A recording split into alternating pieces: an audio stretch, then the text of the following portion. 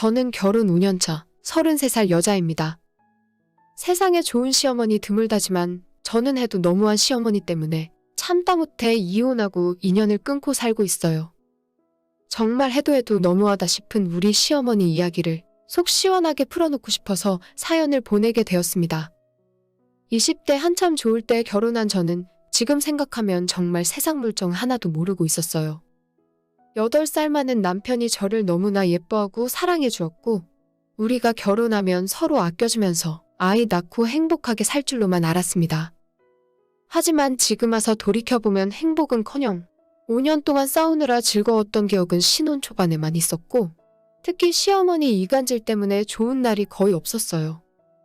결혼 전 드라마나 영화에서 나오는 며느리 괴롭히는 시어머니를 보면서 요즘 세상엔 저런 시어머니가 어디 있겠나, 옛날에나 그랬지. 지금 만약 시어머니가 괴롭힌다면 참고 살 이유가 하나도 없다고 생각했었죠. 저도 만약 시어머니가 괴롭힌다면 당장 뒤집어 엎어버리고 결혼 생활 끝내겠다 다짐했습니다. 하지만 막상 결혼하고 나서 제 일이 되니까 정말 쉽지 않더라고요. 아예 앞에서 대놓고 때리고 욕하고 괴롭히면 경찰에 신고한다던가 고소를 한다던가 해서 확실하게 처벌하고 저도 이혼을 하면 될 문제인데 교묘하게 뒤에서 괴롭히는 것은 제가 대응하기가 쉽지 않았습니다.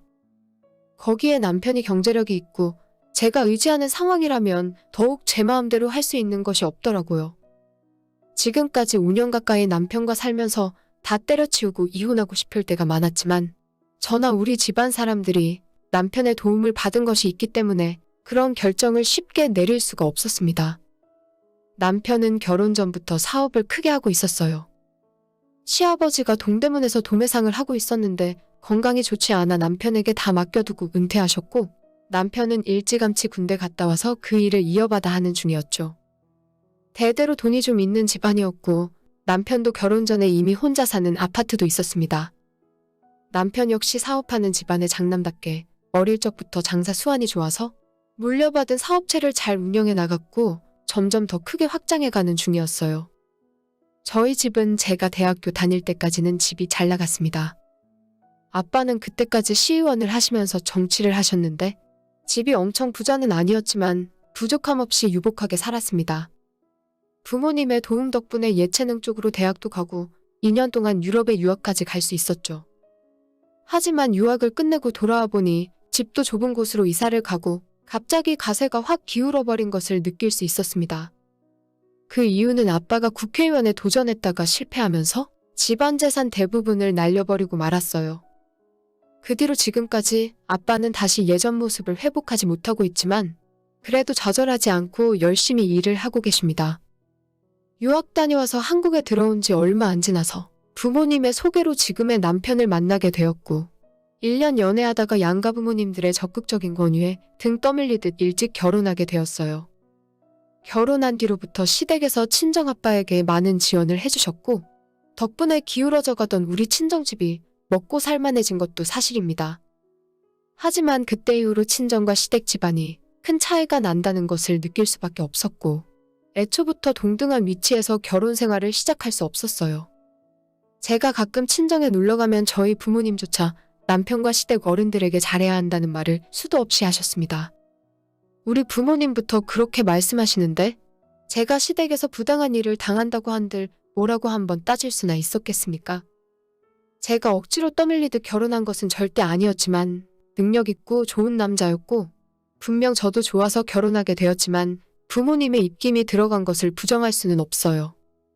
시댁에서 저와 저희 집에는 결혼 준비하면서 아무것도 해올 필요 없다고 말씀하셨고 집은 남편이 원래 갖고 있던 아파트에서 시작했고 혼수며 예식장이며 전부 시댁에서 알아서 다 준비하셨습니다. 당연히 돈 한 푼 쓰지 않은 제게는 발언권조차 없었고 아무것도 저와 상의하지 않고 시부모님 마음대로 해버리셨죠.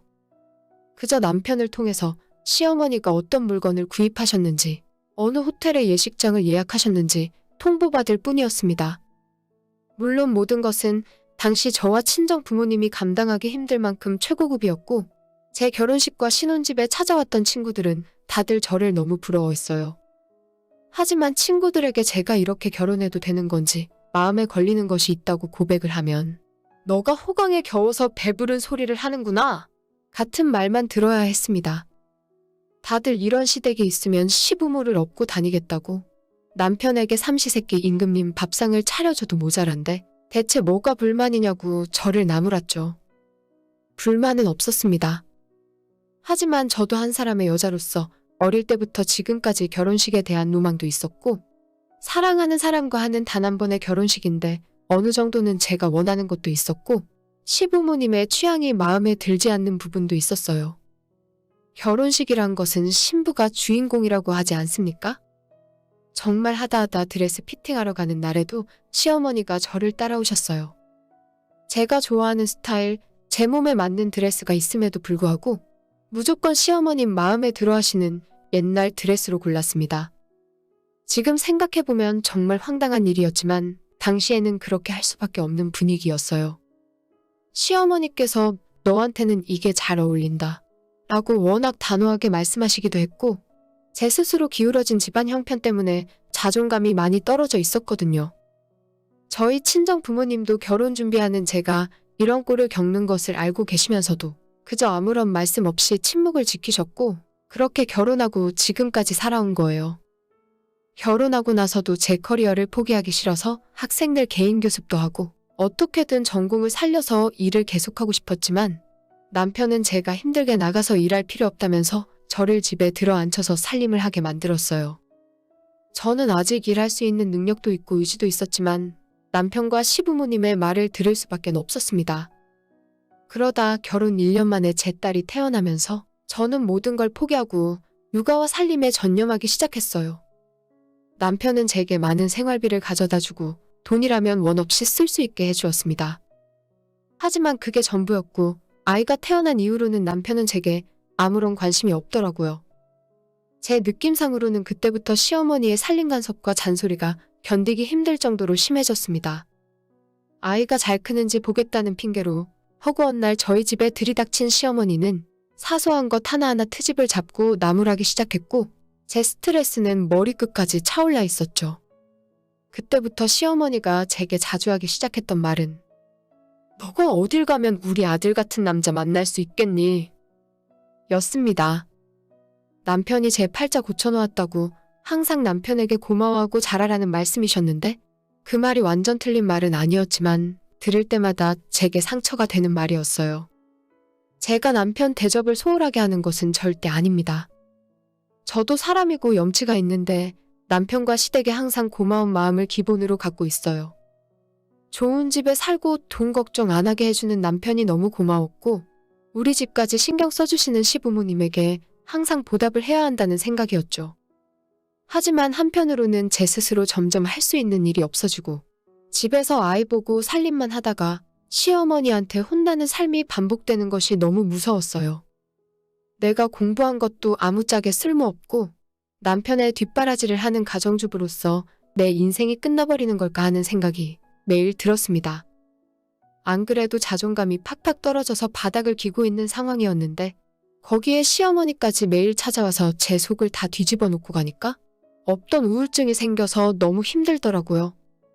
아침에 남편 출근시키고 아이를 어린이집 보내고 나면 혼자 아무 이유 없이 울기도 하고, 매일 예고도 없이 찾아오는 시어머니 때문에 전화벨 소리가 울리거나 현관문 초인종 소리가 들리면 너무 놀라서 숨이 안 쉬어지는 경우도 있었습니다. 남편은 매일 사업이 바쁘다는 핑계로 밖으로만 돌았고, 힘들다는 제 이야기는 귓등으로도 듣지 않았어요. 주말에는 남편은 골프 다모다 약속 있다고 아침부터 외출해버리고 저와 아이만 남아서 하루 종일 집에 있었습니다.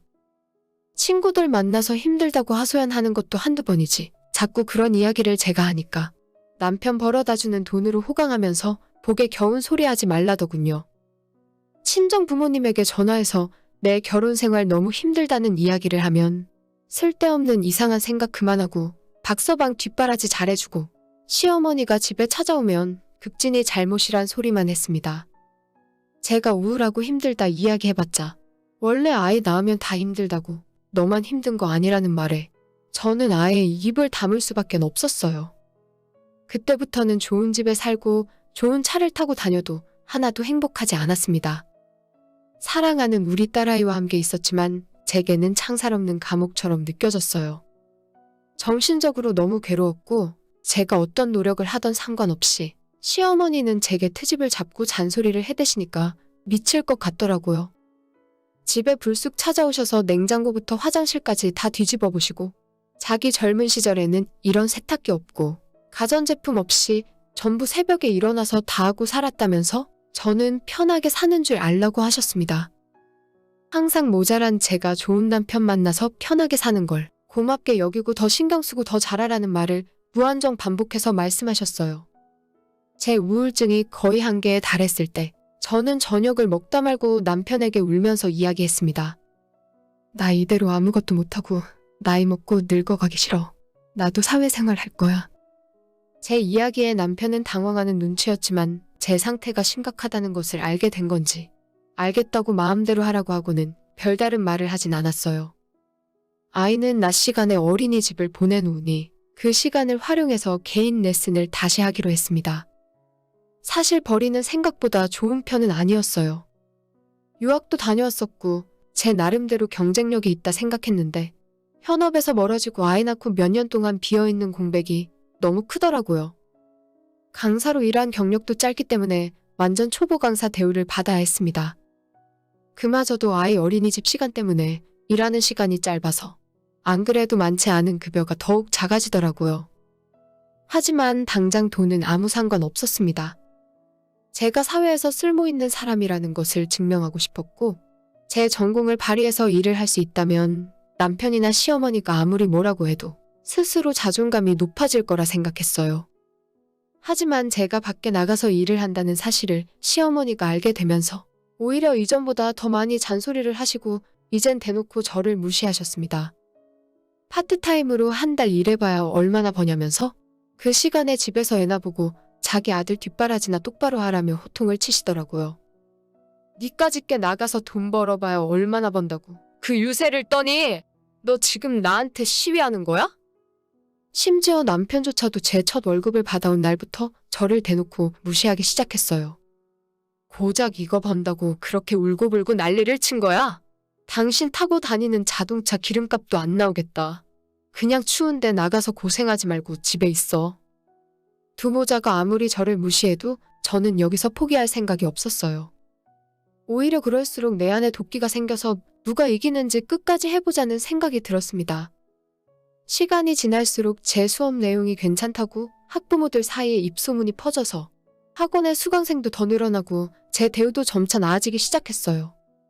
월급도 오르고 강의 시간도 늘어나면서 웬만한 회사원 버는 정도는 월급으로 받을 수 있었습니다. 조금씩 자리 잡히고 안정된다고 생각했을 때 결혼 전부터 건강이 안 좋으시던 시아버지께서 갑자기 돌아가시고 말았어요. 남편도 저도 집안에 다 충격이었고 그중에서 가장 힘들어한 건 역시나 시어머니였죠. 아버님이 돌아가시고 반년 정도 지났을 때 남편은 제게 상의 한마디 없이 갑자기 시어머니를 모시고 살자는 말을 하더라고요. 우리 엄마 모시고 살자. 엄마 혼자 두고는 도저히 안 되겠어. 다음 달부터 엄마 집에 다 같이 들어가서 살자. 제게 괜찮냐 물어보는 것도 아니고 다짜고짜 모시고 살자는 통보를 하다니 저는 이 상황을 어떻게 받아들여야 할지 모르겠더라고요. 지금 당장 시댁으로 이사를 가면 아이 다니던 어린이집도 바꿔야 하고 제가 수업을 하고 있던 학원에서도 멀리 떨어지기 때문에 그만둬야 하는 상황이었거든요. 저는 갑자기 이러는 법이 어디 있냐고 절대 어머님 모시고 살 수 없다 반대를 했지만 남편은 그런 제 이야기를 들을 생각도 하지 않더라고요. 당신이 그거에서 벌면 얼마나 번다고 그래? 우리 집에 아들이라곤 나 하나뿐인데 우리 엄마 아프면 당연히 당신이 모시고 살아야 하는 거 아니야? 정말 결혼 전부터 지금까지 남편과 시댁 사람들에게 제 의견은 아무것도 중요하지 않더라고요. 저는 남편에게 당신 엄마 모시고 살기 싫다고 이야기했고 합가는 더더욱 안 하겠다고 제 의견을 분명하게 전달했습니다. 결혼하고 남편이 하자는 것에 그렇게까지 반대한 적은 처음이었던 것 같아요. 남편은 끝까지 저를 이해하지 못했고 결국엔 다음날 시어머니가 저희 집으로 찾아오기에 이르렀습니다. 야, 니년이 나랑 안 살겠다고? 내가 지금까지 너한테 얼마나 잘해줬는데? 이래서 검은 머리 짐승은 거두는 것이 아니라더니 건방지게? 시어머니는 현관문을 열고 집으로 들어오는 것과 동시에 제게 쌍욕이 담긴 폭언을 하셨고 저는 소리를 지르는 어머님을 보자마자 완전 공포에 질려버렸어요. 제발 그만하시라고, 나도 사람처럼 살고 싶다고 어머님께 이야기했더니 너나 너네 집안이나 우리한테 빌어먹고 사는 처지인데 무슨 사람 대접을 바래? 그 말을 들으니 갑자기 아프던 머리가 맑아지고 내가 더 이상 이렇게 살면 안 될 것 같다는 생각이 들었어요. 시어머니에게 이 집도 필요 없고 돈 잘 벌어다 주는 남편도 이젠 필요 없으니까 어머님이 데려다가 평생 끼고 살라고 이야기했습니다. 더 이상 이렇게 사람 취급 못 받으면서 살고 싶지 않다고 아이 데리고 집을 나왔어요. 막상 소리를 지르고 뛰쳐나왔는데 갈 곳이 마땅히 없더라고요. 어쩔 수 없이 아이를 데리고 친정에 들어갔더니 그 사이에 시어머니가 친정 부모님에게 전화를 한 건지 제가 싸우고 집 나왔다는 걸 알고 계시는 상황이었죠. 일단 그날 하루는 부모님 댁에서 지낼 수 있었지만 우리 친정 부모님도 제가 잘못한 거라고 시어머니께 사과드리고 모시고 살라 하더군요. 전부 저를 위해서 하는 이야기고 당장 좀 참고 지내면 모든 것이 편해질 텐데 왜 그렇게 미련하게 고집을 부리냐고 저를 나무라셨어요. 그때까지도 남편에게서는 단 한 통의 전화도 없더군요. 세상에 제 편이라고는 한 사람도 없는 것 같았고 저는 남편이나 부모에게서 떨어져 혼자 살아야겠다는 생각을 하게 되었습니다. 다음날 시어머니가 너는 돌아올 필요 없으니 아이만 집으로 보내라는 말에 많은 고민을 하다가 돈 많고 풍족한 남편 쪽에서 사는 것이 아이에게 좋을 것이라 판단해서 저녁에 남편을 만나 딸아이를 남편 손에 넘겨주었습니다. 아이가 우는 모습을 보니 마음이 너무 아팠지만 일단 제가 숨을 쉬고 살아야 나중에 웃는 얼굴로 아이를 볼 수 있을 것 같았습니다. 제가 데리고 나가자니 고생시킬 것이 불을 보듯 뻔해서 그럴 수도 없었고요. 저는 그동안 제 개인 통장으로 모은 돈으로 학원 근처에 혼자 살만한 오피스텔을 얻었어요. 남편에게 받았던 외제차나 비싼 가방 같은 물건은 하나도 들고 나오지 않았습니다. 남편과는 빠르게 이혼에 협의했고 아이에 대한 양육권을 완전히 포기하는 조건으로 어느 정도의 돈을 받아서 나올 수 있었어요. 이 사실을 알게 된 저희 친정 부모님은 당연히 난리가 났고 특히 아빠는 제게 실망했다며 너무 바보 같은 짓을 했다고 하시더라고요. 하지만 제 인생은 제가 사는 거지 부모님이 대신 살아줄 수는 없다고 생각해요. 그저 돈 때문에 제가 하고 싶었던 것들을 포기하고 한 집안의 가사도우미로 살아가는 것이 과연 내가 꿈꾸던 삶이 맞나 다시 한번 생각하게 되더라고요. 시어머니까지 모시고 살아야 하는 상황에서 저는 이미 돈은 안중에 없었어요. 고급 아파트에서 외제차를 타고 살다가 하루아침에 방 하나짜리 작은 오피스텔에 살고 지하철 버스를 타고 다니지만 그전보다 훨씬 행복하게 살고 있습니다.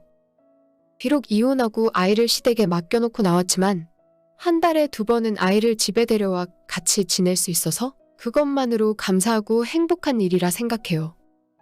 당장은 아이가 이 상황에 대해 이해를 못하고 있지만 차차 시간이 지나면 저를 이해해 줄 거라 믿고 있습니다. 남편은 아이와 함께 시어머니 댁에 들어가서 살고 있다고 해요.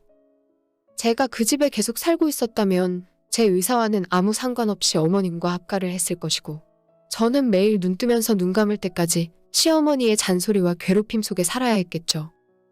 지금은 아무도 제게 뭐라 하는 사람 없이 제 스스로 모든 것을 결정할 수 있어서 행복합니다. 주변 친구들과 저를 아는 지인들은 저보고 미쳤다고 하는 사람도 있지만 새로운 출발이라 응원해주는 분들도 계십니다. 저는 제 능력을 믿고 있고 스스로 잘 해낼 수 있다고 생각하기 때문에 걱정하지 않아요. 언젠가 제 이름 걸고 학원도 차리고 싶고 아이들을 가르치고 있는 지금이 너무 만족스럽습니다. 모든 것을 다 버리고 나왔지만 하나도 아쉽다는 생각이 들진 않습니다. 아이에게도 당당하고 능력 있는 엄마의 모습을 보여주고 싶네요. 부끄럽지 않은 사람이 되기 위해 이전보다 더 열심히 살아야 할 것 같습니다. 오늘의 제 이야기는 여기까지입니다. 끝까지 들어주셔서 정말 감사드려요. 다들 행복하시고 좋은 하루 보내시길 바랍니다.